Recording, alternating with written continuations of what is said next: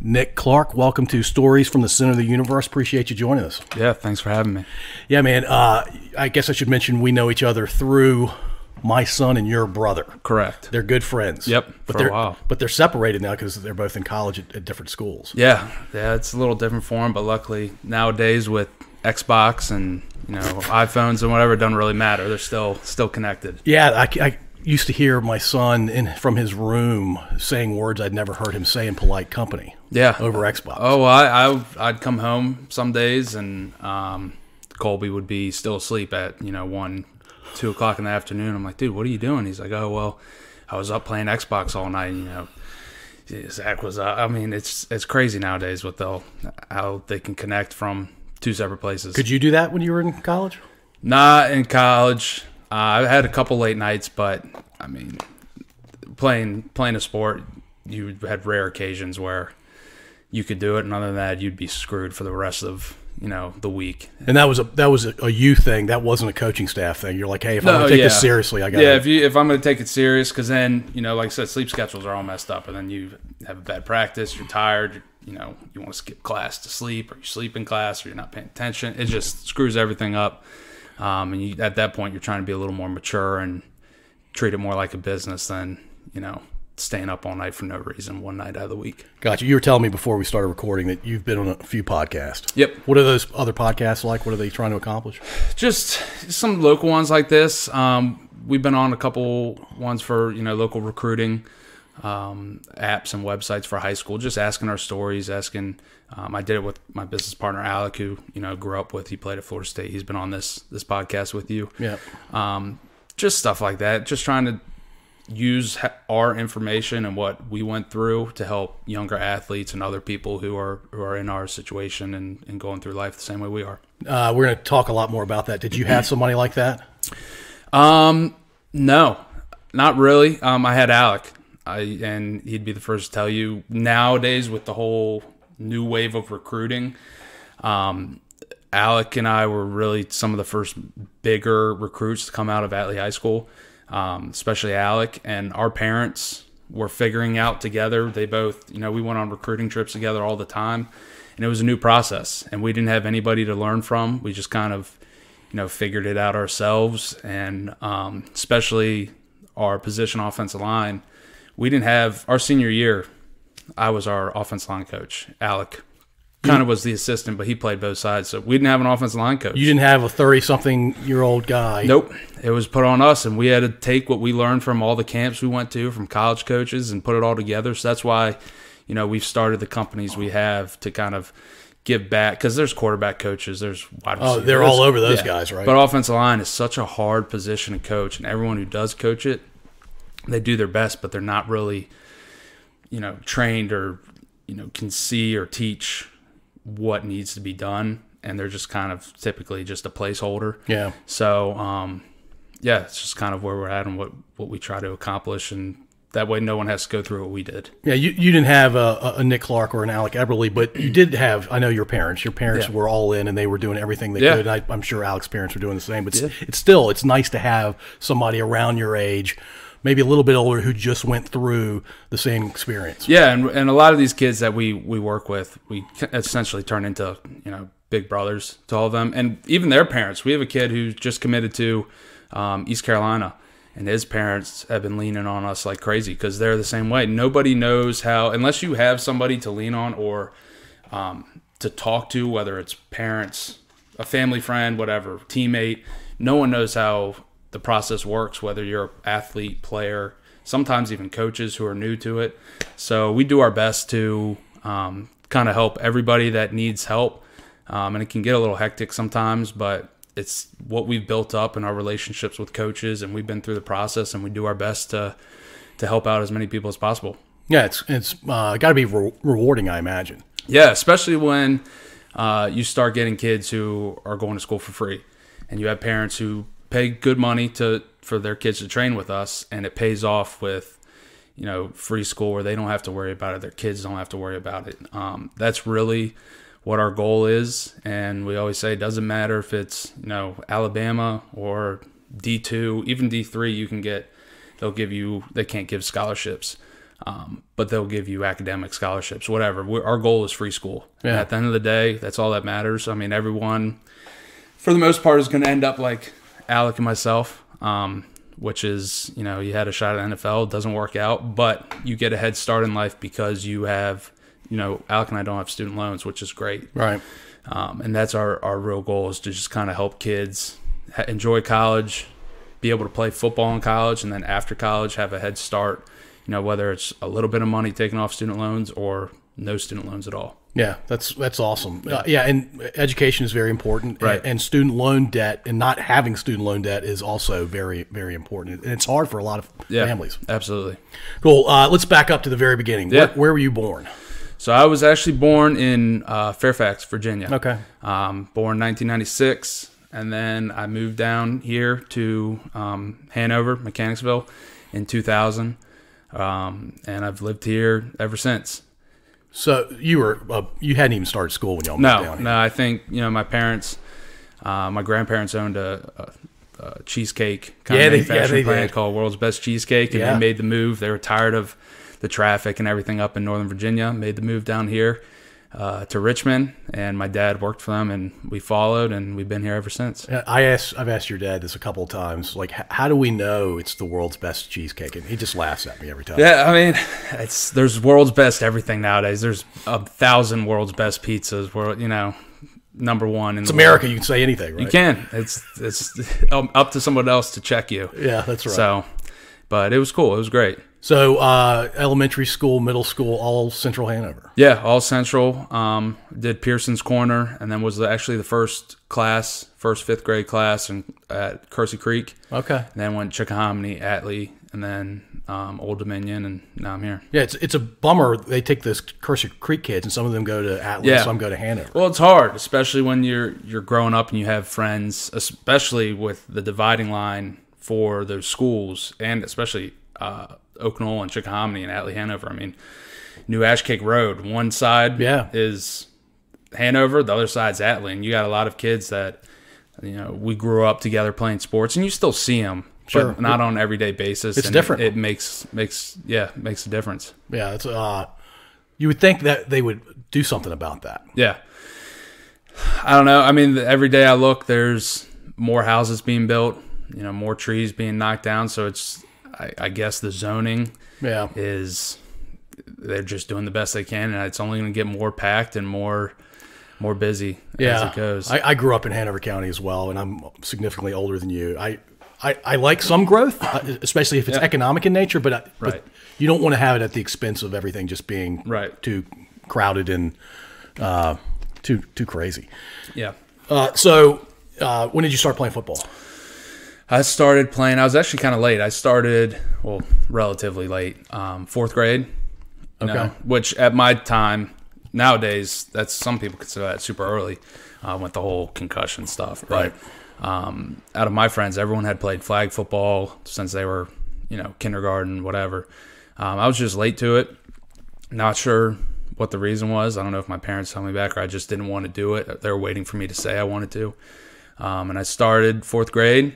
And you wanted to play. This wasn't your dad who played college football. Yeah. This wasn't your dad saying, let's go play. I honestly don't know. I'm sure it was a little bit of both. I mean, at a young age, you get thrown every day. I mean, I played soccer. Right. No interest. And I like watching soccer now and playing soccer video games, but I have no interest in playing soccer. But it's one of those things, you know, swim team, basketball. They try to put me in as many different situations as possible, many different sports, and just kind of, you know, keep throwing crap at the wall. And when something sticks and I enjoy it, that's what we went with. And football was one of those things. And after that, it just kind of, we went from there. Were you playing line when you were a little guy? Unfortunately, I never left it. Really? You never got to play the glory position? Never got to play quarterback, running back, nothing cool. Were you center the entire time? For the most part, I mean, it wavered here and there. I think the coolest thing I got to do was be a kicker. Okay. For one game until I dribbled it off the tee on a kickoff for like 3 yards, and my dad was like, "That's it." that was rec stuff. That was rec. That was probably my first or second year. We had a little kickoff contest, and I won it. Oh, okay. And then first game, first kick, dribbled it off. It's a lot of pressure. Yeah, it is. I mean, it's not for me. Definitely not for me either. Because everybody stared at you, even on a simple kickoff. Yeah, no, it was not one. It was pretty embarrassing, especially at a young age. I was not one of my brightest moments. You're probably the only one who remembers that. Maybe your dad. Maybe my dad, but I definitely remember it, and I remember it was not. And I think I had missed the practice before the game because I was, up at the tennis courts messing around with friends, and my dad, who I think was the head coach or one of the coaches, wasn't going to be late to practice, so he just left me. So I missed the practice before the game. I already got scolded at home for that. I was, not good. And then to go at the very start, it was opening kickoff to do that. It was not great. Was this Blue Star? I actually played Ashland Vikings. Oh, you played for the Vikings. I'm an old Ashland Viking. Yeah, my dad wouldn't let me play with a star on my helmet. He's a Washington fan, so that was one of the reasons. Really? Yeah, that's what he claims. I'm sure there's other reasons, but he just couldn't see me with the star on my helmet. You grew up closer maybe to where the Vikings practiced and played games, maybe? It was probably an extra, 10-minute drive. Not the end of the world. Yeah. That's funny. Yeah. I did not know that. That's a good story. Yeah, that's what he always says. He wouldn't let me put a star on my helmet. What if there's no other team around? I guess you suck it up, and there you go. Or either that, or I'd have a whole different life story. Yeah, very different story. Yeah. Okay, so were you playing flag or contact? Contact. It was tackle. Okay, that was my first season. So you never played flag? Never played flag. It's a different game. Yeah. It's a very different game. All right, so you end up playing center. Did you like the position of center? It was always, whatever to me. My dad always said it's cool position because you're the only player on the field besides maybe the quarterback that touches the ball every single play. Right. And at a young age, it didn't really mean much to me. Yeah. But as you get older, and one of the hardest things I think to do in football, and you see it on a lot of teams, especially college and high school, is get an accurate snap back to the quarterback, especially once you get older and you have 350-pound men who can bench twice your body weight and are fast, and it's just a whole issue. And at that point, once you get to the more advanced levels, I had a more bigger appreciation for it. I had more control. The only person that could change anything I was saying in college was the quarterback, and even then, as I got older, the quarterback would listen to me. I had final say. So at that point, it was awesome. Loved it. But at a young age, it was just, whatever. But I think it helped me because all those times snapping a football, it basically trained me to where I was lucky in college, at least in games. I never had not one bad snap. Not one. Well, I had some that weren't great, but I was lucky. I had some great quarterbacks that were, pretty sure-handed and didn't have any issues with it. Now in practice, those are, it's practice. You have your strings of where things are going wrong, but no, I accredit it back to just starting at a young age. Because some people, center gets hurt, you don't really have a backup midseason. You're trying to teach someone, and it's not going to work. Yeah, it's hard. It's an uphill battle for sure. It takes a ton of focus too. Yeah, and quick transition to either run blocking or pass blocking. And, and you not one under center when the quarterback's under center or no, and we were shotgun the whole time, and I'm sure, there were some where you could pick where maybe it was low by the ankles, but nothing that ever, went overhead, far left, far right, nothing that killed a play that I can remember. Now, I probably snapped the ball 4,000 times in college games, so I don't know. That's impressive. That's impressive. And because I know you're a man of character, I'm not going to double check that you. Yeah. Oh, that's why I go with. Alec always says there's no way because he's had a couple and he thinks there's got to be some, but not that I can remember. Yeah. No, it's all good. Yeah. So I played a few sports where I would throw, and if I was trying to throw it high and it was going to end up being low, I knew it when the ball left my hand. Did you know the same thing as a center? Yeah, and it's something you just have to play with because at the time you're not really thinking, especially in a game. I'm just after I've done it. I mean, I probably snapped the football 30, 40,000 times over my 10, 15-year football career. Right. So it turns into muscle memory, and you don't really think about it until stuff starts happening, and it's like, okay, well, I just snapped the ball, low and left 3 straight times. How do I adjust? And you knew it was low and left, or did you have to be told? They'll tell us. Yeah. There's nothing I won't feel it. But trust me, you'll be told real quick. Our offensive coordinator had a very loud voice, and he used a lot of profanity, and you could hear him, and he was not too happy. But profanity in your name and something negative. Oh yeah, all the time. But at the end of the day, all that mattered was the quarterbacks always say, you're good, just get it back there. But it's just something that takes repetition. Yeah. If something's going wrong and you got to go out, and plenty of times where I was out there on my own with one other person catching footballs, and you just over and over and over until you fix it. And then it may be a different grip. I did everything from different grip on the football to if I knew one play was, say I had to sprint right on a play and I was always having issues snapping, I would line the ball up a little bit off center to kind of counter if I was, it was going one way or the other. So all sorts of different things where you just try and tinker with it. And then eventually it fixes itself and it goes back. Are you giving anything away when you lean? No, well, that's one of the things with offensive line. You try and keep it very vanilla in your approach. You never want to give away. It's one of the things we teach nowadays. There's kids who will be in a 2-point stance for a pass and 3-point stance for a run. And, any good defensive player, defensive coach. Just have to pay attention for a little bit and you figure it out. Yeah, and that's what we talk about as you get older. The game changes when you will get better film in college. High school film is atrocious to look at. But you didn't even have an O-line coach in high school. No, and we didn't know. But once you get to college and you have these, $40,000 cameras that are watching your every move and you can see everything, that's when the game starts changing. And that's where we try and make sure our athletes are prepared physically. And we do some mental stuff as well, but once you get to college, it changes. And we try and teach them in high school, but like I said, it's so hard to see film nowadays in high school just from angles and camera stuff. It's not the best. But from that second level we reach college, the game is won before the snap. And it's the research and the film study and everything you do beforehand that really makes your life either a whole lot easier or a hell of a lot harder when the ball snaps. And amazing recruiting efforts too, because the quality of the player, absolutely matters. All right, so when did you know you loved playing football? I'd say probably sometime in my junior year. Oh, okay. It was late. Yeah. There was a while where it was just kind of, I was big and it was just what I was doing. I never really had a real I wouldn't say I had a real passion.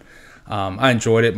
All my friends did it, and I was a big guy, so I did it. But I didn't really start having a lot of fun with it until sometime junior year of high school, and then senior year. I mean, we were really, really damn good. You were all in. Yeah, and then at that point it was, and recruiting starts heating up, and but senior year was probably some of the most fun I've ever had playing football. And you were essentially the coach. Yeah. For the most part. I mean, we didn't have anybody that knew anything about offensive line. And we literally, when we were doing offensive position work, for the most part, it was myself leading it. And I didn't play, since I was the only one that could really snap. I didn't play both sides of the ball, which probably was a mistake my senior year. But because you would have enjoyed it? Yeah, I would have enjoyed it. I was pretty good at it, but we had studs all across the defense line. We didn't need it. Right. So when, high school, you split up. You have offensive line, and we were lucky enough back then. We had probably 80 people on our varsity team, which nowadays you'll be lucky, to have 40, 50 people on a whole JV and varsity together. That's crazy. Yeah, so we would split up offensive line, defensive line, and I would just coach offensive line. When Alec came over, he would help.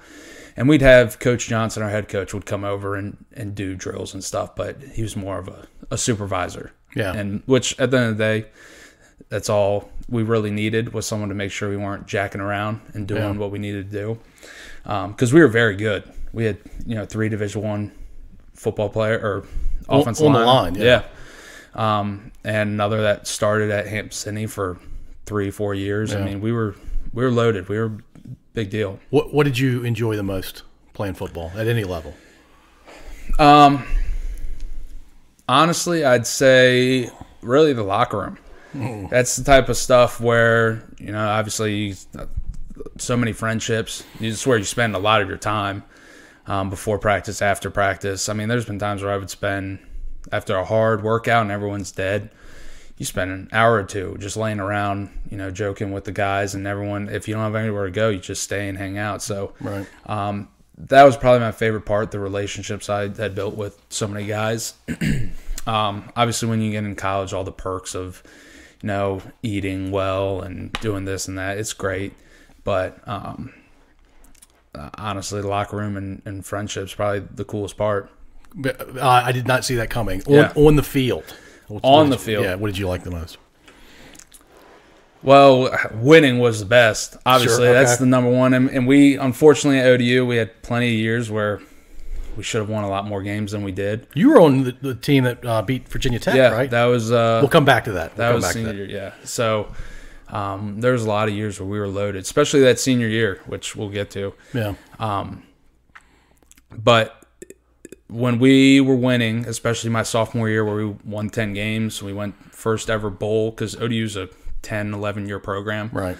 So we went to the Popeyes Bahamas Bowl, won that. I watched that game. Yeah, it was awesome. And I watched it because you were playing. Yeah, well, thank you. And winning cures everything. And Sure. you turn into this feeling, and it's the same feeling we had in high school. And, we joke about it, and I get joked for it a bunch. But I really think our senior year at Atlee, we were practically, in our minds, like the old Miami Hurricanes back when they were the real U. Right. And they just kind of walked in, and we knew we were going to come and kick your ass. We were going to go home and have fun and hang out and do whatever we did. And then next week would start. We'd handle our business.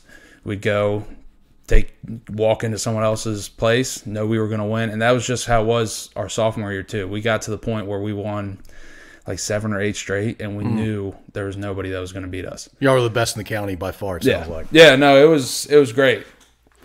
And that's, I think, because it doesn't happen often. There's years where you win a game, lose 2 games, win 2 games.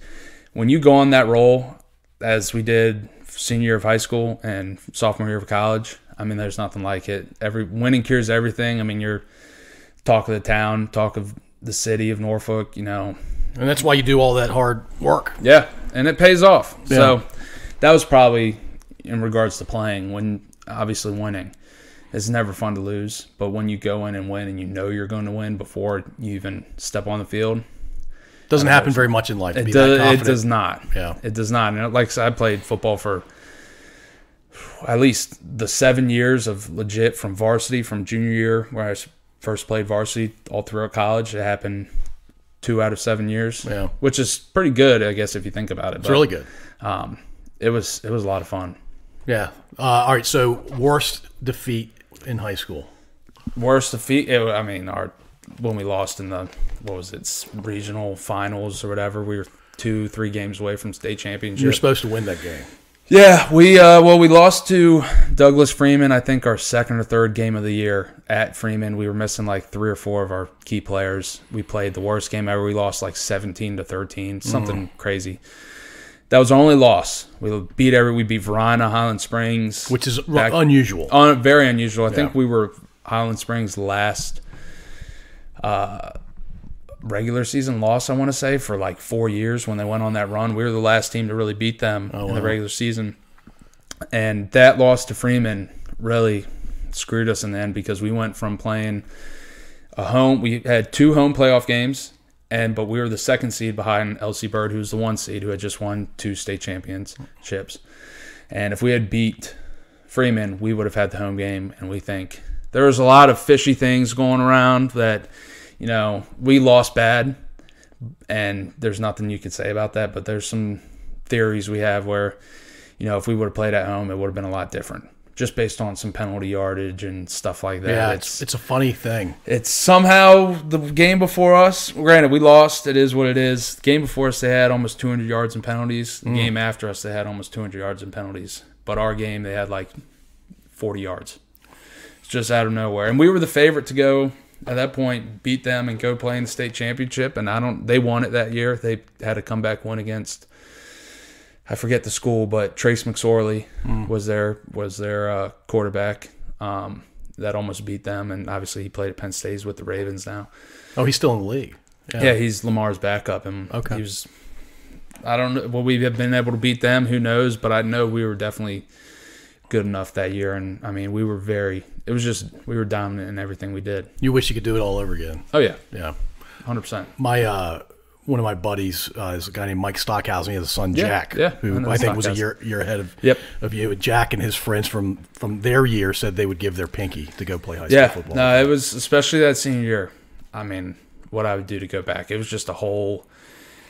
We had that Texas football, high school football feel of our senior year, and we had insane numbers at all of our games. I think our Hanover game, they said, had 13,000 people. Wow, that's huge. Yeah, it's unbelievable. And it was Hanover good back then? They were good. They were better the years before, obviously with Sam Rogers, the Cheathams, all that. They were still good our year, and it was a great game. I think we won 14-0. But to have those numbers at a high school game, most of those people couldn't see. No, it was the field. The fences was 3-4 deep. Yeah, it was unbelievable, and we had great student section. It was awesome. It was awesome. So let's talk about recruiting. When did you know you could play college? When were you fairly confident you would be able to play at the college level? I honestly would say probably the summer leading into my senior year. I always thought I could. I always wanted to. But junior year, and I'm a little younger, so like Alec's about a year older than me. And he was starting to show a little more dominance. He played varsity next year. I broke my back sophomore year or freshman year from growing, so I was in back brace. What do you mean you broke your back from growing? I had a double stress fracture in my L5 vertebrae. Okay. And the doctor basically just said my body is growing. I put on like 60 pounds in like a year, maybe 6 months, because I was just growing. Yeah. And my bones were still young. And so I was, lifting. I was playing lacrosse, so all the torquing. And it just, the stress, screwed it up. And so I was in a back brace for 3 months and then had to do PT. And that kind of got me, I played JV for a second year while some of my buddies who were with me on JV the first year had moved up. Right. Which was frustrating, but it is what it is. You were big enough to move up. Yeah, I was big enough. But that junior year, my first varsity year, I did well, but it wasn't dominating enough for me to think. I thought I could do it, but once I hit senior year and I finally had got an offer, it was over. I knew my play that year kind of solidified what I knew I could do, and I think it was just a matter of growing and maturing and my body finally catching up.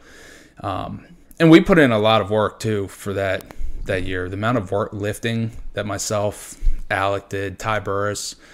Alec told me y'all went over to Bob Blanton's place. God, we went to Bob. There was this probably a 3-4 month span where Alec and we worked out 3 to 4 times a day.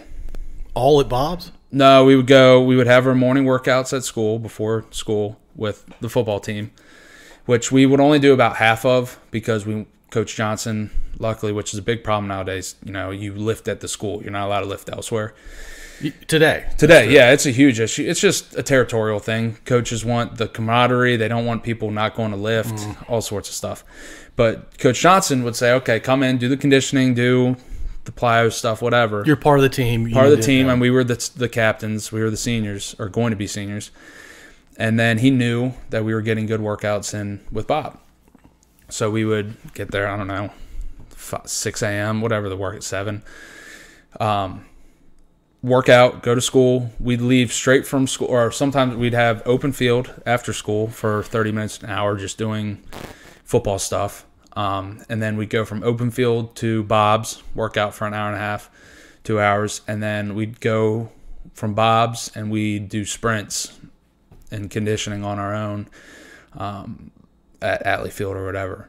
And so it varied. Some days we wouldn't do the sprints, some days we wouldn't have the open field, but it was very consistent, and we were all in on eating healthy, where we were just eating, chicken, rice, and it really changed our bodies like crazy. It was the best shape that we've ever been in. Linemen, people that have been linemen for a long time, wanting to do sprints. Yeah, you're definitely committed. It was, we were all in. And Alec at that time had just committed to Florida State. Before the season started? Yeah, he committed spring of our junior year. When did you commit? I committed late senior year. Okay. I was always just considered too short. I had a lot of people that were interested in me, and all summer, they line you up for camps. Come to a camp. All you have to do essentially is what they're telling me. Show up so they can get accurate height, weight, whatever. Show up and we'll offer you. So I'm going in thinking I'm about to get 6 offers in the summer. Because you're not a small guy. No, 6'3" on a good day. I'm probably a smidge under 6'3", which was considered small. That seems crazy to me. Yeah, and so I had Delaware, ODU, JMU. I just had a ton of schools that would just come and we'll offer you. And I went to them all. I went to a couple where it was back-to-back days, which was the worst decision I could have ever made. I mean, it was miserable because there's 110 degrees out. You know, I remember I went to ODU's camp. They said they were going to offer me. They loved me. I go, do well. It was practically conditioning. They were having us doing sprints and stuff. It was ridiculous. And then we get to one-on-ones, which unfortunately are, you know, the end-all, be-all. And I lost 2 of 4 one-on-ones to one of my good friends, too, who played at JMU. And that was it. And they were like, you know, we're going to go another direction, which was frustrating. And I had heard that from a bunch of people. I even went to some camps and killed it and did great, and nothing came of it. I got one offer from Campbell, and that was out of nowhere. Got the offer. I didn't really want to go to Campbell. That was in like May. I don't have any Campbell listeners, so you're fine. No, I didn't really want to go to Campbell. My grandpa had gone to Campbell for a little bit. My dad was like, you don't want to go there. You know, I would have rather walked on. And then that got pulled because they offered some other kid and he took it. So they pulled my offer before senior year. So I was going into senior year of football with nothing. I was prepared to walk on places. I really liked NC State. I went to NC State camp just on my own. They didn't talk to me at all. And they had a 4-star there named Shy Tuttle, who's actually, he plays for New Orleans. He went to Tennessee. He plays for New Orleans on the D-line now. Went to that camp. He had, 70 offers. And for whatever reason, we just spent an hour doing one-on-ones with everybody. And I was doing really well. He was, obviously, they wanted to see him, and they lined us up. And I won like 8 out of 10 one-on-ones against him. And they loved me. But they said, we don't have any more offers because it was so late. If someone decommits, we'd like to offer you, which could have just been BS. But right. At that point, I'm thinking, all right, I love NC State. That's where I want to go. They had a guy that was committed to NC State who kept on visiting Auburn, offensive lineman, kept on visiting Auburn. This was Auburn's year where they had the kick 6 versus Alabama and all the crazy stuff. And they're in national championship. I'm like, this guy's got to decommit. Like, he keeps going to Auburn. He's going to decommit, and I'm going to get it. And it never happened. But after our first game against Patrick Henry, I sent out film, and I got a call from Coach Johnson pulled me out of, I remember, Spanish class, and told me I got what was considered a gray shirt offer from ODU, which meant I wasn't going to go in the summer. I would wait one full semester. So instead of going in summer of 2014, I'd go in winter of 2015. And it was an offer. It was great, but those are a little sketchy because they can pull them. There's no binding anything. It's basically just their word. So, and I did not want to go to ODU. I did not want to go to ODU at all. When you were a little kid, they probably didn't have a football program. No, they didn't. I didn't want to go to ODU. We went down there. I didn't really like it. They obviously had already said no once. But as the season went on, we kept on pushing it off, and they were not happy. I mean, I think we waited 8 weeks, and they knew I didn't have any other offers. And finally, we kept saying, my dad had never seen it. So I kept saying, my dad wants to see it first before I commit. And finally, the week before my dad and I went down to watch a game, our O-line coach, who was our recruiter for Richmond, Coach D, came in and pulled me out of class and sat us in this little secretary's room that literally had a circle table, I don't know, big enough to seat 4 people, and the walls were probably 2 feet away from the table. So it was a tiny... It's like a weird kindergarten room. Yeah, it was a small room, and it was just me and him, and I think Coach Johnson had to leave for something. Something was going on that he had to go take care of, and it was just me and Coach D, who's this old, 65-year-old. He passed away a couple years ago from cancer, unfortunately, but just hardcore, had his little legal notepad full of notes, and it was one of the most miserable things I've ever been through in my entire life. It was just, why aren't you committing? Do you not respect us? Oh, he just put the full court press on full you. Court press. What the F is your problem? Who do you think you are? What? Oh, it was bad. That's his recruiting tactic? I mean, he's just old school. He wasn't going to, which he had a point. I didn't have any other offers. I was putting them off. I don't know why they wanted me so bad, but I'm glad they did. And there was a point where I was, after that too, I mean, I didn't go back to class. He left, and I had to like take an hour or two to just collect myself. I mean, I walked out, and I ended up being like, I was in slight tears because it was that stressful. And it was crazy. And I was at the point where I was contemplating walking on to NC State because I liked it so much. I didn't want to go to ODU. And finally I was like, I don't want my parents to have to worry about paying for college. Yeah. So I committed. And I'm very glad I did. I mean, it's the best decision I ever made. And I was lucky. I mean, Coach D was literally the only coach in all of college football that wanted to offer me a scholarship. Our head coach, Bobby Wilder, didn't want to offer me. Offense coordinator didn't want to do it, but they had just lost a commit. And what was it? Just slightly height, I guess. I don't know. That's so weird. So I played in high school, not nearly to the level you played, but leverage matters. And I would think playing center or one of the guard positions, being a little bit shorter actually helps. You'd think. Nowadays it's all about versatility, though. So if you get a guy who's 6'4", 6'5", he can still play center, or even 6'6". One of my close friends who's still playing at ODU, he was our left tackle for 2 years, and now when I left, they didn't have another center, so he moved to center. He's 6'6". He can play all 5 positions. Right. If I wanted to, I could get away with guard, but I'm nowhere tall enough or long enough to play tackle. You're definitely not playing tackle. Yeah, so I was basically stuck. I was going in to be a center. They had a fifth-year center, Josh Mann, who I'm good friends with. They said once he's done, you'll be the starter. And I'll never forget, he obviously played, graduated, and I walked in. I can't remember if it was spring ball or fall ball because I had a good spring, and I took a bunch of reps with the ones. But at some point I looked at the depth chart, and I was like 4th on the depth chart. And I was just like, this is... At center? Yeah, this is not how this was supposed to go. They told me this, which they'll tell you anything nowadays. Yeah. But it was definitely a good... So this was your first year of first eligibility? Year, yeah. So I redshirted.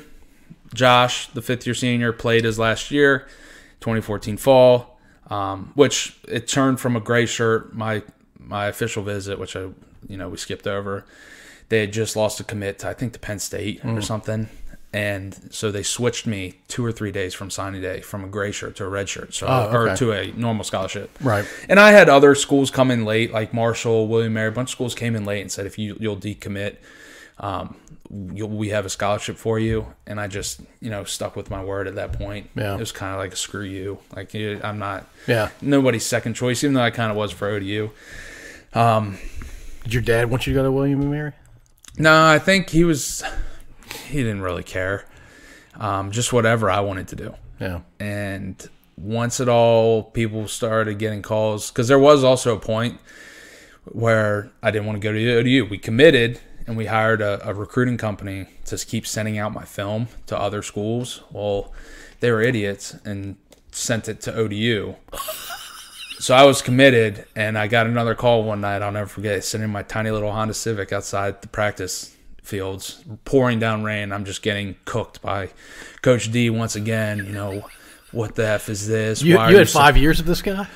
I had 2. 2. Okay. But, I mean, once you got there, he cared more than any other coach about you, as a person. But, man, he was screw loose. He was a great guy, though. I mean, I wouldn't be where I am, all the opportunities I've had. Yeah. Like I said, he was the only person, him and this guy, Kyle Jolly, who played at UNC and was with the Steelers and training at Bob's, who helped us, and he was a GA at ODU at the time, so he knew us. But he was really, like I said, the only person that wanted me, and I wouldn't have been where I was. He got fired after my 2nd year there, and then died a year or 2 shortly after. Yeah. But if it wasn't for him, who knows what I'd be doing. Well, it sounds like you may have had an opportunity to play at other places. There was. But at the time, once you get one offer, for the most part, it rolls. So if I had an ODU offer and then all of a sudden I get a Virginia Tech offer, well, now ACC teams start, okay, he has an ACC offer, maybe we should be looking at this guy. So once I got the ODU offer, Marshall, William & Mary, they're all kind of in the same realm. So that's kind of how they found me and were like, okay, we'll give you an offer. It helped. But at that point, it was just so without ODU, maybe none of that stuff came behind you it. never know. Yeah, it could have. Now I thought I was putting together film that I should have been at a Power 5 school my senior year. I thought I was playing that well. I thought I was playing that dominant. It's just a height thing at the end of the day. If I was an extra inch, I probably could have been at one of those other schools. But it is what it is, and it played out the way it should have played out. And I have no regrets with it. It is what it is. If only your parents were an inch taller. Yeah, well, I'm lucky I squeezed out that extra inch. I'd say my dad's probably was 6'2" on a good day. My mom's fairly tall, but thank God I was 6'3" on a every once in a while on a recruiting visit when they check your height. Not 6'2" and 7/8 or whatever. Yeah, I think I was 6. Yeah. Yeah, my son, since you know, Zach, I'll share this quick story with you. I'm 6'3". Mm-hmm. My wife is 5'2". When my son was a lot smaller, and he knew he probably wasn't going to be as tall as me. Right. But he still hadn't learned how biology works. Yeah. He said, "Dad, why didn't you marry a taller woman? I'd be taller than." I'm like, "You wouldn't be here, buddy." Yeah. It took him a little bit to figure that out. Yeah, no, he always hear that a lot, though, tall women. Yeah. But I was lucky. My mom's tall. Yeah. I squeezed out just enough to make something happen with it. Yeah, and all right, so let's talk about ODU. When you started playing, what year did you start? So I redshirted, and then that second year, through injuries and other stuff, I just slowly worked my way up the depth chart to where a week before the first game, I was the starter. Oh, wow. How big were you? At that point, 6'3", probably in the 290s. Okay. I was a little lower. I went all over the place with my weight throughout my career there, trying to figure out what worked best. Obviously, I found out lighter was better because I look back at my last 2 years, and I just feel like I look like a fat slob. My best year was sophomore year. I was 295, actually like 285. But I'm not the strongest guy in the world, and you deal with some strong dudes playing over top of the ball. But that's besides the point. Well, strong, and they're way more than you typically. Yes. But I was going in starter. I thought I was going to start, and then all of a sudden I got a call from Coach D, my online coach, and he called me in and sat me down, and he was just like, "Hey," it felt like I was in a scene of Hard Knocks, the football show, and he was like, "We're going to go with T-Comp, who was a junior at the time. We're just going to go with him because he's older, but be ready to play. You're going to play, whatever." And so I was bummed. Parents were bummed there. The first game was at Eastern Michigan, so they were going to fly up for it because they thought I was going to start. Right. Once they found that out, they're like, we'd love to be there, but maybe we'll just stay at home and watch on TV, which was fine. And then next thing you know, it's like the third play of the game, and T-Comp, God bless him, one of my good friends, played with him for a while, snapped the ball over our quarterback's head. And something you never did. I was lucky. I mean, that's why it matters so much. Yeah. And that's like an interception almost. Yeah, I see our offense coordinator scream down the line because our O-line coach would stand way back, so I was standing with him. Nick, get the F in there. And so I went on in, and for the most part, the rest was history. Now, we split a couple times. I didn't start 2 other games that year. One was against, I think, Marshall maybe. I ended up playing. I played in basically every half of my entire career except for one half against Charlotte. And that was because, once again, I was a freshman, and they didn't think I could handle going up against this guy from Charlotte who was the best player I ever played against. He was a third-round pick with the Browns. He's now with the Bengals. His name's Larry Ogunjobi. Mm-hmm. He's unbelievable. I saw him yesterday. Yeah, he's unbelievable. Why did he go to Charlotte? That's a weird choice for a guy that talented. Slipped through the cracks. Yeah. I mean, his arms were the size of my head. I mean, he was unfreaking believable. Literally the best. And at Charlotte, too. I mean, I played against NC State, who all 4 of their offensive linemen are starters in the or defense linemen, are starters in the NFL. They were all drafted in the 3rd round or lower. One was a first-round pick, top 5 pick to the Broncos. Right. So they didn't think I could handle that, which, all good. And then something happened, and I went in the second half, and that was the rest. I ended up playing in 49 games my career, starting 46. So it's great. Yeah, it was awesome. One of the things I prided myself in was availability. Best ability is availability. So it wasn't all healthy availability, but you suck it up and you get a couple shots and take a couple happy pills and get rolling. What's the worst injury you played with? There's tons, just nagging stuff that's just brutal. I had bad knees for some reason. I got rolled up on my sophomore year in our last game. Luckily, it felt like when I got rolled up, it was on a touchdown. I felt like my shin had snapped in half. Luckily, it wasn't serious. It was like a grade 2 sprain of MCL, but I think it led to more things down the road where it ended up being I had torn meniscus. I had to get surgery my senior year, and it just kind of snowballed. After that, everything just kind of snowballed where, I was out of shape, which was 95% my fault for my eating habits and, being lazy with taking care of myself. But because you knew you were going to start. Yeah, and I ended up being babied by, our strength staff, our coach staff. Making sure that's surprising because they wanted to make sure you right. So I wasn't squatting. I was doing, variations of squatting. They wouldn't have me run all the time to take, because I was playing thousands of snaps a year, right? Which was kind of cool to be in that situation and have that preferential treatment. But looking back on it, it probably wasn't the best move for my overall career. But it is what it is, and at that point, it's just make it to the next game. Get through the game, get to treatment, figure out what's wrong, fix it as much as possible. And if you can't fix it, get the stuff that's going to mask it for 24 hours and then move on to the next week. It can't be good for your body long term. No, it's not great. A lot of things I wish I didn't do to mask it and to do stuff like that. But, you do what you got to do. Because you want to play. Yeah, and I knew how happy it made my parents watching me. They looked forward to it, even everybody, my friends, family. So I knew I wanted to be out there playing and give them something fun to look forward to. You enjoy playing. Yeah, I loved it. I loved every bit of it. I've luckily never had to watch besides 3 games. Being on the sideline sucks. Yeah. So I loved it. I loved every bit of it. But those outside factors really pushed more because there were some games I probably should not have played. Right. But that's kind of the offense line mentality or football mentality in general. Except for the wide receivers. Yeah, the wide receivers. We had some tough wide. I was very lucky. I played with a lot of very, very good, not specialists, wide receivers. 3 of them were in the NFL. 2 of them still are. We were loaded.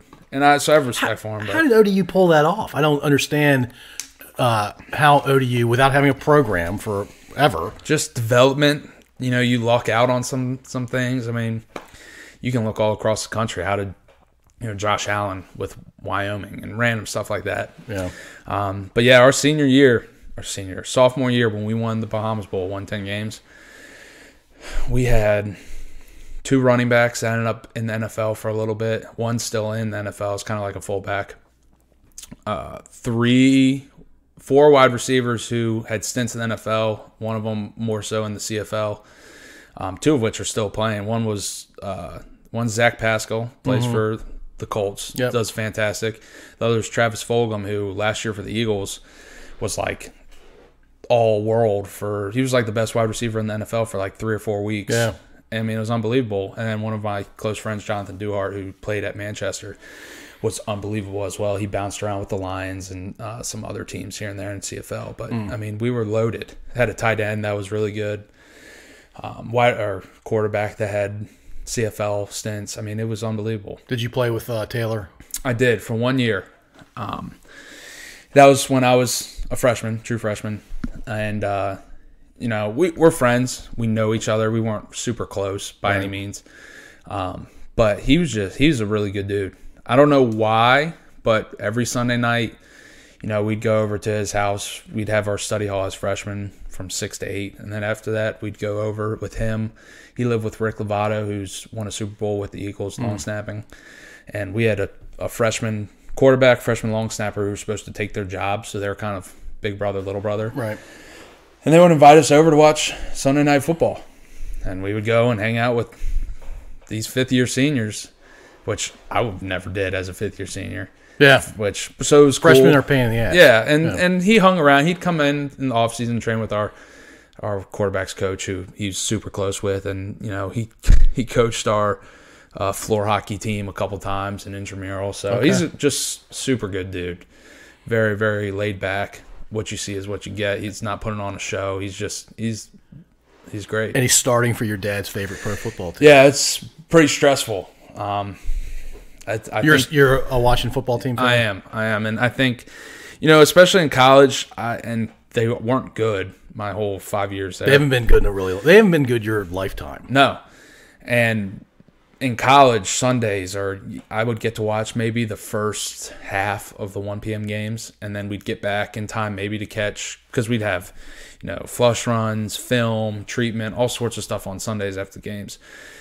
I'd maybe get back in time to watch the last 5 minutes of the 4:30 games, and then you'd watch Sunday Night Football. So I really didn't watch much Washington games. So right. I'm obviously always still a Washington fan, but I wasn't as invested. And I'd say that Tampa Bay playoff game where he got the surprise start. He almost beat him. Yeah, that was probably one of the most nervous. I hadn't cared about a Washington game like that in probably 10 years. Did you see the thing on the wall over here when you walked no, in? No, what was it? It's a Tampa Bay flag. Really? Yeah, I'm a Bucs fan. Oh, well. I was fortunate to have a dad who didn't care about the NFL. Yeah. So I got to pick my own team. Oh. And I'm of an age where I just remember a lot of obnoxious Redskins fans. I'm sure. That wouldn't surprise me at all. Yeah. You were either a Skins fan or a Cowboys fan typically, but my generation, for whatever reason, said we're gonna find teams that are not the right. Cowboys or the Redskins. Well, that's good. I don't blame you there. And but I do have a lot of friends that pull for them, and I say this with all sincerity. I don't think Washington's going to do well, meaning win a couple Super Bowls again until they have a new owner. No, that's what everyone says. And I mean, he's proving it, right? Yeah, at some point you would hope all this stuff that's going on would flush him out and force him to sell, especially because you look at the numbers of their attendance. I mean, their attendance is atrocious. It's especially if you look at the actual percentages, they're like a whole 10% lower than the 31st worst team. Like, they are awful. And half of the attendance is the other team's fans. It's not even Washington fans because no one wants to go. My dad refuses to go. Good for your dad. Yeah.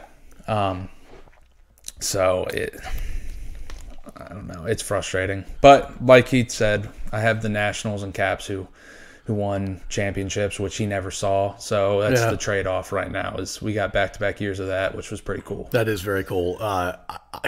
Washington seems to me is playing to make money. Yep. They're not playing to win football games. Well, if they're playing to make money, they're doing a terrible job at it. Right, they're doing bad about it. There's no way they could be making much money at all because there's nobody. I went to one game this year, and I only went because one of my best friends, Austin Wilson, who lived in Ash Creek, went to kindergarten all the way up to high school with us. He's a NFL agent. And one of his clients is the fullback for the Chargers. So Chargers played Washington week 1, and he was like, "Yo, do you want to go?" Gabe got us an extra ticket. I said, "Yeah, sure, why not?" And it was very cool because obviously that's when Fitzpatrick got hurt and Taylor came in, and that was when he was still riding off of the Tampa stuff, and he hadn't had the couple weeks that he had, which I don't think are terrible, but you know, I know he can do better. Right.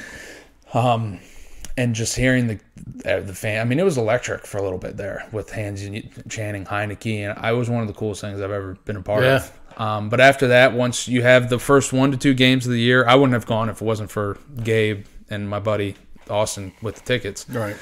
After those first 2 games, everyone, when you lose, they lose interest, and it's whatever. I mean, I was watching the Lions game yesterday. Their stadium sounded packed, and they're 0-7, atrocious. And getting crushed by the Eagles. Yeah, it was loud as crap. Huh. I don't know, man. DC's a weird place, too. Well, you got a lot of people from a lot of different areas. Yeah, they're from upstate New York, so they're Buffalo fans. Yeah. But at the same time, I don't know. Nationals do well, Caps do well with attendance. The Skins back in the day, man, they were. I think they were like a top 5 NFL franchise back in the day. My dad and uncle talk about is RFK and bleachers shaking. Those games were electric, man. Yeah. I mean, I'm not a fan of Washington, but I've been to a few of those games, and they were a lot of fun. Yeah. Well, maybe one day we'll get back to that. Your offensive line was the high school equivalent to the Hogs for the Skins back in the day. Yeah. Oh, they were awesome. I know. I wish I was a part of it. We had a mini one, I thought, with Washington a couple years back, but it never amounted to the same. They haven't had a line anywhere near the Hogs, no. I don't think. All right, so let's talk about the Virginia Tech game. Yeah. Tell me about the whole experience. Well, it was actually a pretty tumultuous week. It was a rough week. That year we thought we were going to be extremely, extremely good. Like talking like the Group of 5 New Year's Six Bowl good. We were loaded. We had 22 seniors, 21 returning starters. I mean, we were loaded at every position. We had a guy who's being talked about as being a first-round draft pick at defensive end who ended up going third round to the Giants, but still. Yeah. I mean, we were loaded. And it just started off. We played Liberty first game. We had like an hour rain delay, close at half. It was at Liberty. Then got blown out. Liberty's good. They're very good. But that game we should have won. Then we go to back home, play FIU. We're up 17-0 at half, have like a 2-hour rain delay, another rain delay. We don't score another point after we lose like 23-17. Then there was a hurricane that was supposed to just crush Norfolk for our third game. So we go to Charlotte, I don't know, on like a Tuesday. We usually don't leave till Fridays. We go to Charlotte on Tuesday, stay in a hotel for like 2 days, 3 days. We're practicing at a random high school. And our coaches come up to us or they're telling us in the huddle, like, we're playing tomorrow. This is a Wednesday, I think, maybe Thursday. We're playing tomorrow. And in my head, I'm telling guys, like, there's no way. They're just doing this trying to get us. Because we had a full practice, hardcore, full pad, full hitting, tackling practice, which we never do. No, yeah. We would end that on Wednesday. Thursdays, we kind of did like the Chip Kelly old school with all the analytics of how we would go about it. Wednesday was the last hard day. Thursday, we would do almost a walkthrough, or it was a walkthrough. Friday was like very, very light. Like we would wear spider pads, which are just the soft cushion, not the hard shell. Right. And we'd do like 2-minute drills, more running and stuff like that. We did a full 24-period practice the day before a game, which as a fifth-year senior and some of the other guys around, I could not handle that. I thought it was a joke. So I'm sitting here, come to find out we actually have a game we're playing at like noon on a Thursday. Because of that hurricane. Because of the hurricane. Yeah. And which ended up not hitting. And it was probably one of the worst games of my life, as, you know, how I did. And I knew it. My dad even said, oh, you know, you look like shit. And, you know, part of it, I had a full practice before. I needed a lot of tender love and care to make sure I was ready to play. I was not. But I was also very fat and out of shape my senior year, which it all tumbles downhill. So I had a terrible game. Charlotte sucks. We should have beat them. So y'all are now 0-3. We had a chance. We were winning, ended up losing. We had a drive where Travis, who NFL, like I said, dropped a wide open pass. Would have been a touchdown. We would have taken the lead or tied or something with like 2 minutes left. Dropped it. So we ended up going, we're 0-3. Next thing you know, we're in 0-3. After we thought we were going to be the real with all those returning stars. Yeah, studs everywhere. Then next thing you know, we're sitting there. Y'all were too confident, maybe. Could have been. Yeah. Could have been. We're sitting there Sunday in the team meeting, and all of a sudden, our running backs coach, everyone's nothing good. No one's happy. It's a miserable meeting. I'm sitting there just listening, and all of a sudden, I get called out for my play. I'm embarrassing. You're one of the reasons we lost, from the running backs coach which I have a lot of respect for. He's very good. He's did special teams too. He's been, it might have been our wide receivers coach. One of the two, either way. Somebody was stepping out. Yes, I had respect for him, but I was sitting there like, listen, I maybe didn't play my best, but I'm a center, like in the offensive line, that's 5 people. If I'm not doing well, it's getting masked a bunch. I mean, we just had a guy drop pass, bad. There's all sorts of different things. But whatever, I let it go. And then next thing you know, I don't know what happened. It might have been Coach Wilder basically tells me, your play was unacceptable. You're getting benched. And he benched me and one of our left guards who had been starting for 3 years as well, who was a redshirt junior. And I just remember sitting there like, this is unbelievable. I know I played bad, but I don't know how we're becoming the scapegoats. And next thing you know, I get a text from my dad or I think it was my friend Austin from Tallahassee. Text of a headline. It was like, Bobby Wilder benches 4th or 5th year center and others to, try and galvanize or, do whatever to try and make changes to fix this thing.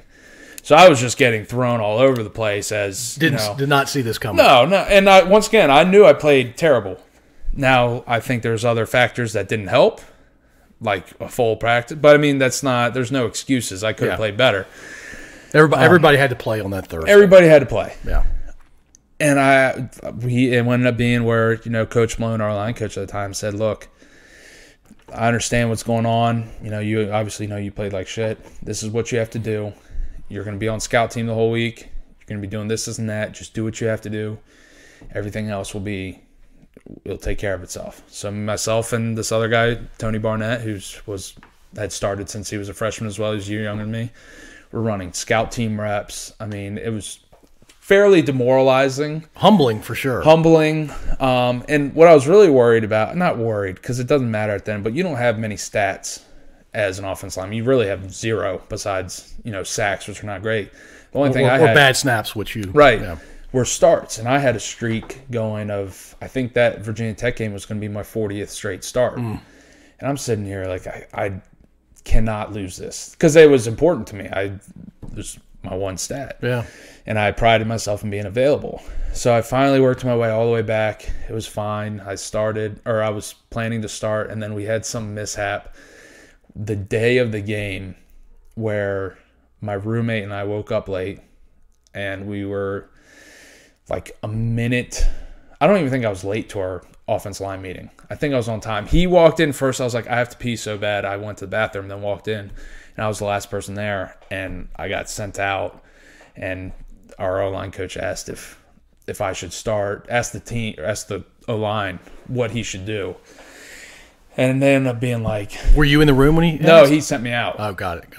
I come back in, they're like, all right, you're starting, but you have this... I got punished like the next day. I had to go to like early morning run or something. It just... Coaches do not like you being late. No, and I get it. I was all... But meanwhile, the golden child, who was one of my best friends, Isaac, who was our left tackle starting as a...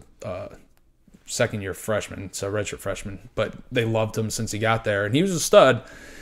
Rolled in 30 seconds before me, nothing. It was like, oh, no big deal. So I really thought I screwed myself there, and I was like, damn, I'm going to lose it. But they ended up starting me, and obviously we go into the game 28.5-point underdogs, I think, and I remember running out. You see all this, burnt orange or whatever they are, which to start, I hate Virginia Tech with a passion. Never liked them. I don't like their fans. A lot of my friends are fans. I don't like it. I don't like how they didn't really care about me in recruiting, but what they did with Alec was ridiculous. They acted like they're Alabama. Right. And it's just, you're not. They're the Alabama of Southwest Virginia. Yeah, which is not really impressive when you don't ever beat anybody. You'll get a random top 10 win like this year, but then UNC goes on to suck. So joke's on you. So I hate Virginia Tech. And a bunch of orange, and it just keeps... Was it at Norfolk? Or it was at ODU. Okay. It was at ODU. And, I don't know. Going into the year, we thought we could beat Virginia Tech.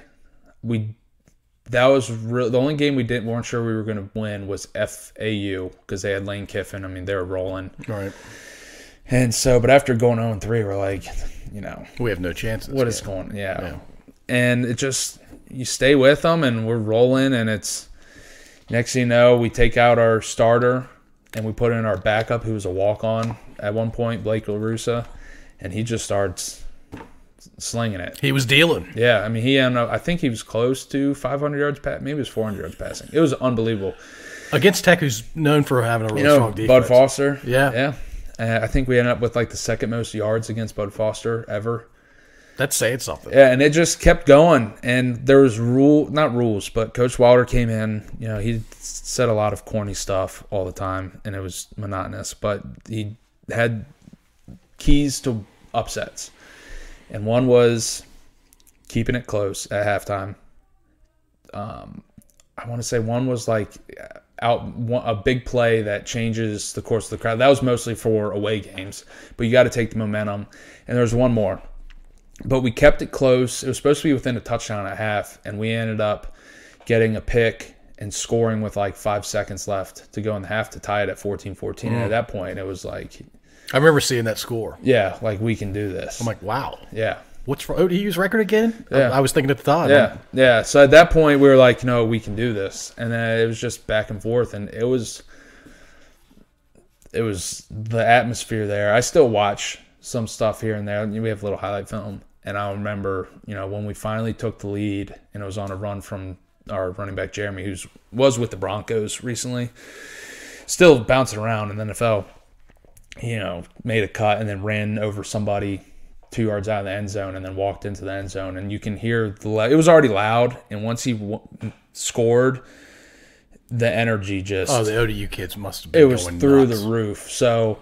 And then I've always just wanted to experience, you know, fans rushing the field. So everyone rushed the field. I had a bunch of my friends there. My buddy Austin Wilson flew up. He had never got to watch me play. He flew up. We had planned it months in advance, and I was texting him before, you know, that Friday, like, hey, I appreciate you coming. I'm sorry you're about to watch us get killed. Like, yeah, I wouldn't. I thought, I may not start. Yeah, and same thing. So I had a bunch of friends there, family there, and it was just finding them, my buddy Ty and Austin on the field after, and they were jumping around, and then it was just awesome. There was some picture that was in newspapers that was taken of me and my roommate Isaac that was in pictures all over the world in newspaper. There was somebody in like Europe. Most exhilarating thing you've ever been through. Yeah, it was unbelievable. I don't, and it wasn't even, it's one of those games where I don't like watching a ton because I didn't play great. I didn't play bad. I made all my right calls, but you just look at yourself and you're like, wow, you were a fat slob your senior year, so it's not really too much fun to watch. But yeah, you're on the winning side though. That's all that matters. David beat Goliath that day. And yeah, you were part of David. Yeah. No, it was especially with, you know, not liking Virginia Tech as much as I did, and, you know, being passed over and all sorts of stuff like that. It was very, very cool. Sweet revenge. Yeah, it was weird. It was. I mean, I went back to my phone. I had like 200 text messages from everybody. It was your entire contact list. Yeah, I mean, I could only imagine what somebody who, you know, my cousin was the quarterback for Wisconsin, and I would always text him here and there, like, "Hey, good luck," and he would never get back to me, and I was like, "Oh, well, he probably has 10 times what I was getting," and it makes sense. Are you talking about Hornibrook? Yeah, yeah. He, well, I say cousin. It's the easiest way. College roommates with my mom, who we're practically family. But I would always text him. Every once in a while, he'd get back to me. But I knew, you know, you're getting thousands of texts. He's the quarterback at Wisconsin. Who was a top 10 team every year he was there. Yeah. So I finally got it. I was like, wow, this is. I mean, I waited till the next day to text people back. A lot of it was just copy and paste of response, and it was, but. It's something that, you know, obviously I'll never forget. You'll remember the rest of your life. Yeah. Yeah. That's awesome. All right. So you did you have a brush with the NFL? Was that ever a possibility? It was. You know, obviously I didn't have any crazy injuries, but, you know, my knees were worrisome for a lot of teams. I didn't have, my sophomore year was probably my peak. Same with Alec. Alec, sophomore year, he was ranked like number 1 or 2 center. Projected for our class. I was like top 10 somewhere, which isn't saying much for centers, but I was up there. Yeah. And that was when I was the lightest I'd ever been. It was, you know, I was moving great. We had a great season, and then it all just kind of went downhill. I had knee issues. I told myself I needed to play at a higher weight to be more efficient because I was going against bigger guys. My coach always told me otherwise. He wanted me in the 290s range. I wanted to be like 310, 315. Well, looking back on it, he knew best because I could move better and I was more athletic. And the centers pull a lot. Yeah. And you're going after linebackers too. And it's stuff, you know, you always think you know best. you think it won't really matter what's 20 pound there, 15 pound difference for a guy that already weighs 300 pounds ish. Right. So, you know, I got my knees taken care of, got a couple shots after the season, make sure I was good to make it through for training for pro day. Unfortunately, a month before pro day, I tore my hamstring. Oh, preparing for the 40, which, you know, it all circles back to my knee injuries with them babying me. I mean, I didn't do squats much, which I didn't do a lot of lower body. And I think in the end, me finally putting that much stress on my lower body after 2 years of not really training it to the best of my ability because we were trying to save my knees, I think it came back and bit me in the butt. My hamstrings weren't strong enough, and this wasn't strong enough, and I tore it.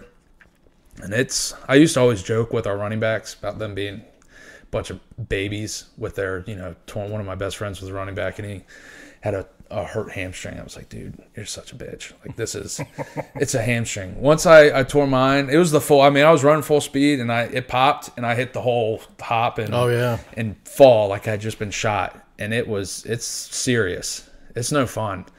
And I did my best. I went to, I want to say, I forget what their name's called, but the Pulisics. I don't know if you know the Pulisics. Sure. They own, you know, Matt Pulisic. We've known them. They lived on our street in Milestone. Matt lives over here, actually. And, I think he played soccer in college, right? Yeah. I mean, Joseph played with me at ODU, one of their two twins. The other one went to William Mary.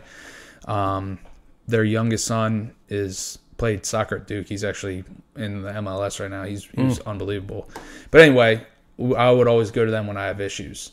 And he's very good. And his nephew's actually Christian Pulisic, who's the superstar. The best player in the country. And he knows exactly, because, I mean, Christian got hurt when I was in there and was FaceTiming Matt because Christian trusted Matt more than the USA doctors that were talking. So I had all my trust in him. They did a great job, you know, getting me at least ready to try. And I went in, and it was basically, you know, rolling the dice. Do I try and run my 40? Because the 40 is one of the first things you do on the field. Do I try and run my 40? And if I pull it and re-aggravate it, you're done. My day's done. And I screwed up. I should have told our coaches before to let the scouts know I wasn't going to run. I told them the day of, and I think they thought I was trying to, you know, not run for other reasons. And the Jaguar scout came up to me and said, "Hey, I really need to see you run this." So I was like, "Oh shit, okay, I'll do my best." And I was like a wounded deer running. I mean, it was embarrassing, especially in front of NFL scouts. I mean, it was almost embarrassing. I mean, but I did my best. I did what I could. Yeah. But none of my times were where it should have been. Which, you know, you hadn't fully healed yet. Yeah, it is what it is. I had to stop training for a whole month because I couldn't move. Right. I couldn't move without, I mean, it was a bad tear. So nothing really came of it. I had a couple teams interested, but I never got it would have only been a mini camp at that point. It was just a mess. I mean, Alec was a much higher rated prospect than me. We thought he might get drafted in the late rounds. Worst case scenario, preferred free agent. I mean, he was just a mini camp invite. So everything was just compressed down. So if he got pushed that far down, then so who knows? It's highly competitive, right? Yeah, it's the NFL. Yeah. But looking back on it, you know, I could have had a small chance and bounced around, and it would have been cool. I would have loved to at least get a mini camp chance and been in a facility and say I was there. Right. But I probably would have been bouncing around, still training. And the way I look at it is, you know, because I didn't get that chance and didn't make it, it set me up for so many other things that have, you know, fast-tracked in my life that have been great. Now, granted, don't get me wrong, it'd be great to be making millions of dollars playing in the NFL. Sure. Playing something you enjoy that would help playing, even more, yeah. But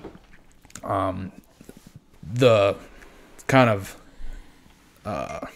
way those life events happened and how what I'm doing now has kind of pulled from each one of them, just from people I met through trying to train, because I wasn't even going to train for pro day. I didn't even think I had a chance. My knees were killing me. I was looking at getting another surgery. And my parents were like, just try. You'll regret it, which I'm glad I did. Yeah. But all those people I met, from my trainer who talked us into doing Hog Academy, which Hog Academy led to this and that and all sorts of different stuff. I mean, who knows, like I said, what I'd be doing right now. Might be a totally different life path. Yeah. Career path. And you're on a good path. You're on a really good path, right? I'd like to think so. Yeah. I think your parents would say you're on a good path. I think so. I mean, it's just work. I work for myself. I love working for myself. I don't want to work It's for genius, man. I never figured it out. It's a lot of work. You don't make the money. I got friends that are making a lot more money than me right now who, are CPAs, work for Capital One, work for They took the safer state. route. They took the much safer route. There's good and bad in every path, Joe. I like betting on myself. The one thing I never liked was, and I never had one of those jobs really to really experience it, but I wanted to make money based on how hard I worked. And I didn't want to be working hard and be making the same salary as someone who I knew was doing nothing all day. Yeah. And I think now, looking back, and I realized some of the stuff I let go in football and how much more effort I could have put in, and maybe taking things a little more serious here and there instead of feeling complacent. I've used that to where I'm like, okay, now I know I'm a little more mature. I can't not do something today because I don't feel like it, or I can't blow off this email or this call. You got to grind, man. Yeah, you just do it. And I enjoy it. I love it. I think it's, when I'm on a roll and I'm working, nothing else I love more doing. Yeah. Yeah. That's really cool. All right, so most of the times I ran into you when I was taking my son over to hang out with your brother. Right. Your hair was always longer. Yeah. And then you came into my house tonight. I haven't seen you in a while. Yeah, short hair. And you have hair that was similar to what I maybe had back in the day. Yeah, it was a time. I grew it out. We grew it out. Alec, myself, and two of our friends grew it out spring of junior year to hang out of our helmets for senior year. I was really the only one that kept it. One of our other buddies did, but he stopped playing football after high school. Okay. And I kept it. I kept it because it did look good out of a helmet. My mom liked it, and once I ended up being able to do a man bun, it was great. Ladies loved it too. It worked. At some points, I look at pictures, wish I didn't leave it as long. I wish I would have cut it back a little. But at some point, once you're done, it was time to move on, and I'm very glad I did. So you're going to be basically a short hair guy. I am. The rest of your life, probably. Pretty much. Yeah. Pretty much. You kept it going for a while, though. I did. I had it for about 6 years. Yeah. 6.5 years. So all right. It was cool while it lasted, but it's such a pain in the ass. It does seem I don't know like how girls do it. Yeah, I wouldn't want to do it. No. Yeah. No, it was cool. I did it. I can look back when I'm probably bald when I'm. Yeah, you're gonna miss it those days. Yeah, that's why I'm wearing a baseball cap. I'm hiding what I got going on up here. So let's talk a little bit more about Hog Academy. The goal or the objectives of Hog Academy. What are you all trying to accomplish?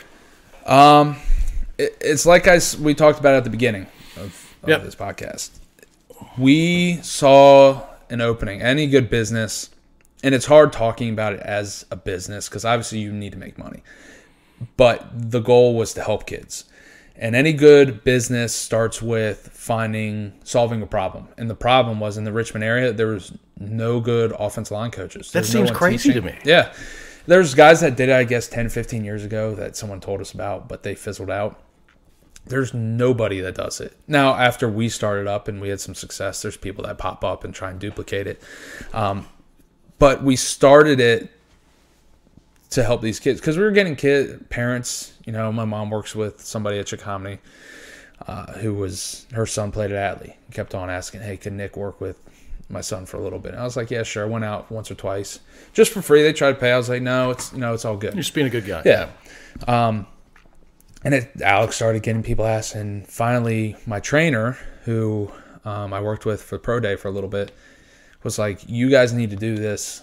I'll let you use my facility for a share. And we're like, okay, whatever. So he kind of forced our hand on it, and it just kind of took off. We thought we were going to throw it out there, and people were going to come running, and we learned very fast. It didn't happen. It's not that easy. No.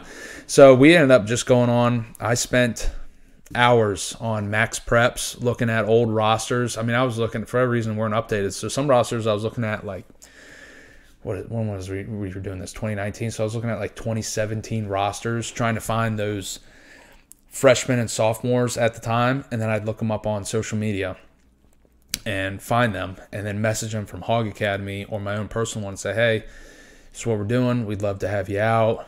And I probably messaged, I don't know, 200 kids. And we ended up we didn't have anybody signed up a day before our first workout. And we ended up finally getting a couple.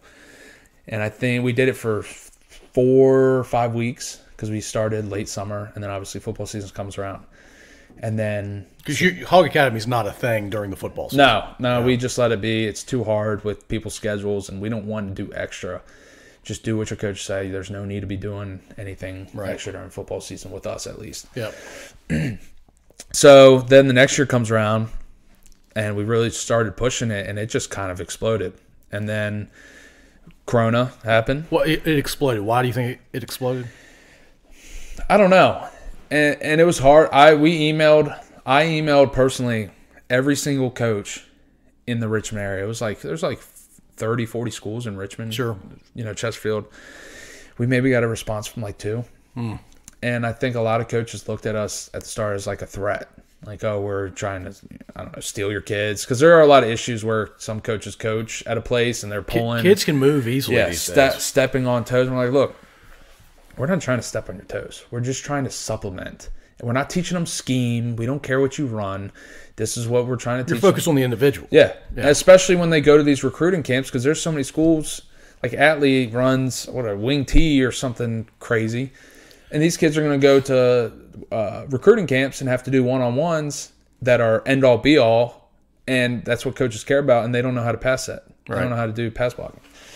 So, I don't know. I guess our name just slowly started getting out there. And, we really just focus on, one, being ourselves, being, personable with parents and answering their questions when they had about recruiting or what they need to do or what their son needs to be doing as a sixth grader. Does he need to be playing 3 different rec leagues? So that all happened, and we were starting to roll, and then COVID happened.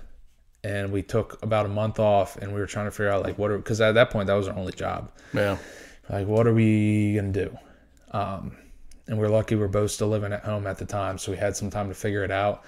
And we ended up just saying, all right, we're going to make this happen. We waited about 3 weeks, and then we said, look, we're going to do socially distanced workouts. We're going to split it up because you weren't allowed to have groups bigger than 10. We're going to split it up, and at that point, we had 30 kids, which was a decent amount for us. Very big for that time. Sure. We split it up into 3 groups of 3 to 4. So we would you have 2 times a week, Monday, Wednesdays, and Tuesday, Thursdays. And we would do hour sessions each. So we'd go out there, and what used to take an hour a day, maybe 2 hours a day if you had two groups of 5 to 10 kids, we were out there for 6 hours. Just doing smaller groups, socially distanced, so they weren't touching anything. We had to figure out, which is hard because offensive line plays. Yeah, it's all about. Yeah, bumping and punching and getting all up in each other's grills. How do we progress these kids and, like I said, it's a business. Keep money flowing while following the rules and keeping people safe and whatever. So we ended up, including in the package of workouts they bought, a resistance band, kettlebell, and one other thing. And we used that for drills. We used to turn it into a mini functional strength period where we were training important things because Alec he has a CSCS, which is the highest certification you can get for strength training. So we were incorporating that stuff. And we really did a great job, and we just started getting people flooding in because parents just wanted their kids out of the house. Sure. They were trying to find something that they could send them to. You're probably the only thing that you could get them out of the house. So it's all about just adapting. It's my motto, and my dad's told me forever whenever I come to him with problems is, don't tell me what you can't do, tell me what you can do. So we figured we can't do all this stuff, but we can do social distance, whatever. So it was a grind. Long days and hot sun. There's no shade where we do our stuff, but it was what we had to do. And that really helped our business, and it took off, and then even more. And just little things like we had, I don't know if you follow Barstool. I know they exist. I don't. Yeah, their owner, Dave Portnoy, who's a big figure in our age group, was doing I guess people started sending him packages. Someone got his address in New York City and sent him a package. And he opened it up. And it was just a trucker. It was like a mechanic hat from Tennessee. And I saw it one day on social media, like that day it happened or the day after. And I was like, holy shit, I'm going to get him to put on Hog Academy stuff.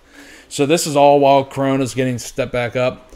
And it turned into this big thing where he was getting literally thousands of packages a day. And he would spend, every night he'd have an unboxing, and he'd spend 5 hours opening packs. He was getting everything from machetes. That's brutal. Fish, yeah. So, but I got to him early. I got to him within, there was probably like 5 or 10 packages. And it's just kind of how I roll. If I think of something, I'm doing it. I'm going to do it fast, and I'm going to try and beat everyone else to it. We sent him hats. We sent him, T-shirts, and we knew his favorite thing was like reduced fat Cheez-Its. So we sent it all in a box. We paid like, I didn't tell Alec this, but I paid like $100 for like overnight shipping. Does he know this now? He knows it now, and it's fine because it made us a lot of money, or a decent amount of money. It covered it. And next thing you know, I see him open up the thing, and he's like, "Oh, Hog Academy," and he talks about, he's like, "Oh, pass block, move your feet, pass block." He's like, "Oh, reduced fat Cheez-Its, sick, I love that," and just put it down. And I was like, "Damn, he missed everything inside." And at that point, he was doing day trading, because there's things all content. So he's recording himself day trading. Never day traded before in his life. And his whole thing at that point was run the football. He kept on saying, "I'm just going to run the football and just keep going." So we're like, okay. He just opened our package on a Friday. Obviously, you don't day trade over the weekend. So I sent him a message from my account. We sent him a message from Hog Academy, and Alec is verified. So he sent a message, some long thing like, "Hey, appreciate you opening our package. If we know you like to run the football on your day trade, wear our Hog Academy shirt and, get the O-line guide." It's just something stupid. No answer. Next thing you know, I'm waking up and I'm getting texts and calls like, "Holy shit, do you see Dave Portnoy is wearing your t-shirt on his live stream for his day trade?" And I was like, oh my God. And next thing you know, we had a couple t-shirts up on the site. They just start being ordered from everywhere. Now, granted, we're a niche thing, so not everyone wanted it. Now, he did some companies that blew up. But we ended up getting orders from like 19 different states and Canada for that's t-shirts. cool, and then he ended up wearing it for like a pizza review. So that helped. I mean, that grew our brand a little bit. We've had people that have recognized it. And then the whole year went by, and this year, we did an offensive line camp that went really, or O-line, D-line, big man camp. Right. Did really well, and we're just trying to slowly keep taking the next, correct step, whether it be a small step or a massive step. We just small steps, and they'll lead to big things. Yeah. And who knows where it goes? It could stay right here small. It could turn into something massive, or just. I hope you crush it. Yeah, I mean. It sounds like you're on a great path. It's fun. It's just trying to capitalize. When something comes up like that Dave Portnoy thing, Barstool thing, how to capitalize. That's crazy that the world follows a guy like Dave Portnoy. It's a big deal. It's crazy. I don't get it. He's like God to a lot of people. And that's what we did with these T-shirts. Like I was telling you, with the new NIL, name, image, and likeness with college football, college sports. It happened July 1st. And I was on the phone. I was out at the beach with my family. And I was talking to my buddy who still plays at ODU. My buddy plays at Texas Tech. They're both offensive linemen. And I was joking. I was like, or they're like, "Oh, Hog Academy should sponsor us."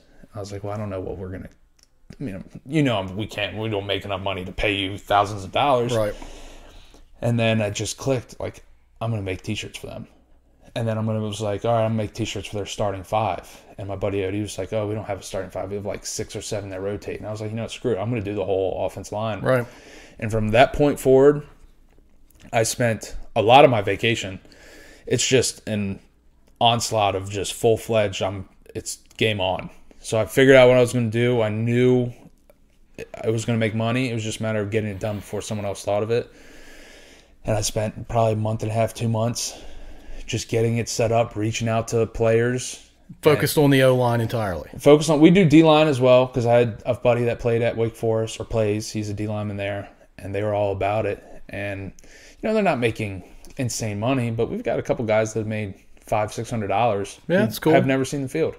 Wow. Would never get a chance at an NIL deal from anybody else, if I had to guess. Because they don't play, so no one really, they're not just kind of lost in the shuffle. And so we launched it. I lucked out. I found a guy down the road, Ken Lowenstein, who's been great. He has a whole manufacturing plant for printing T-shirts.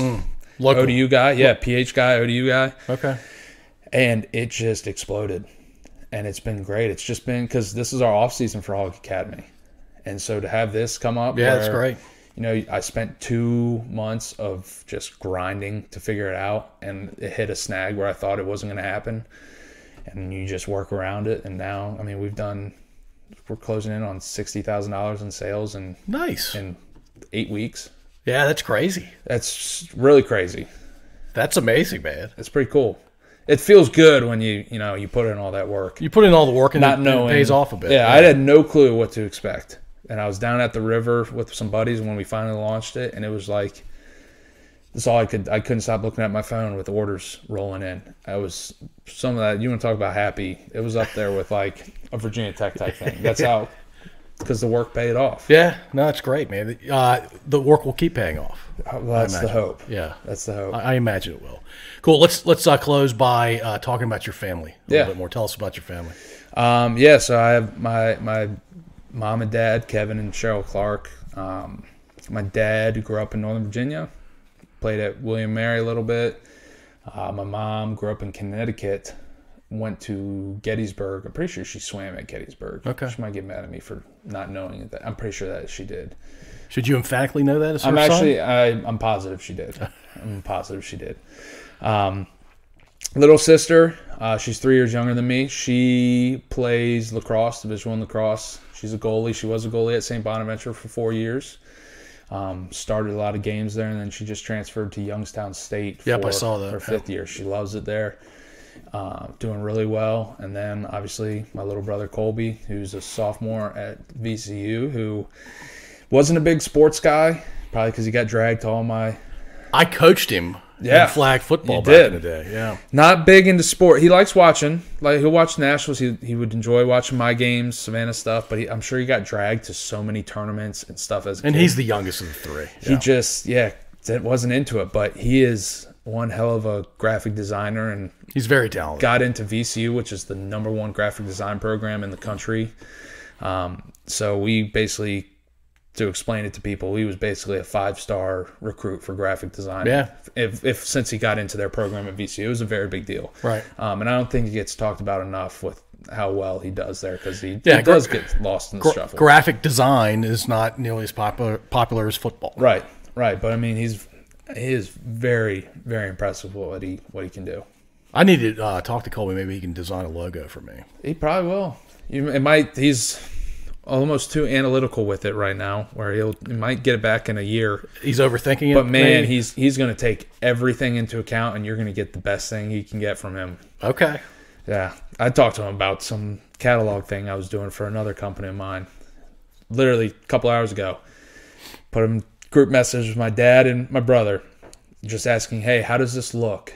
And he's asking, well, what's your company design? What is your I'm like, dude, that's not important. Just answer the question. Right. He said, well, if you're going to ask me, you're going to get everything. I need to know all the answers. I'm like, okay. Okay. Noted.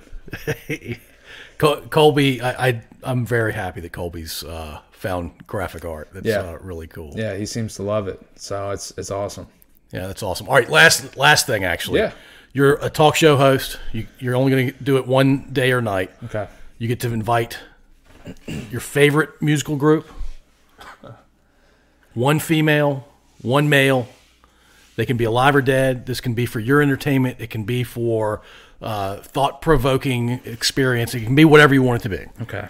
Who's the band and who are the other two? The band's a tough one. Are you not a music person? No, I love music. I just don't have a set person. I mean, I'm very cultured. You know, you go into a locker room with people from all over the place. You know, I love rap now. I like working out with it, but I also love country. I do whatever. So sure. I don't know if I could pick a music person. Maybe someone like, I think Post Malone's super cool. Just someone that I would be interested in talking to that has like a cool story. I think Post Malone has a very cool story. Seems like a very cool, laid back guy. Yeah. The female one is easy. I would definitely Jennifer Aniston. Okay. I watched Friends in college. First thing I binge watched. Just think she's great. Yeah. And then, like we were talking about earlier, I think it would my male would be, or guy would be, probably Shaq, Charles Barkley. One of those two. Kevin Hart is up there. Oh my gosh! But I don't know why. I got joked on it too because I love Shaq so much. I don't know why that's funny to people. I think you have a great eye, great ear. Yeah, just everything he does, especially to pick his brain about what he does as a businessman. I mean, he's prolific. Yeah. And he's a good person, too. Yeah, great guy. Everything he does. So I would love... I almost reached out to him one time in college because I was... we have our little get to know the player, and on it said, if I could meet one person, Shaq, and who's your favorite athlete? And I said Shaq, and everyone was like, oh, do you... So Shaq's clearly... Yeah. It's not Charles or no, Kevin Hart. No, it's like, Shaq. oh, do you... Like, what's your infatuation with Shaq? And I wanted to DM and be like, hey, man... Can you throw me a little love out here? I'm getting roasted by my teammates. Like, it'd be sick if you could stick up for me and just send me a little something, but I never did. But I do. I think he was a great player. He's hilarious. Yeah, Shaq's probably getting like 10,000 text messages every week. Oh, yeah. Yeah. Crazy. But, yeah, those would probably be my three. No, that's a good trio. Yeah. I'd watch that show. I would, yeah. Yeah. I think a lot of people, I think it's a solid group. Oh, I think you get pretty good ratings. Yeah. For sure. Yeah. Well, cool. Hey, Nick, great talking to you, man. I appreciate you coming over here and spending time talking to me. This was awesome. Yeah, very cool.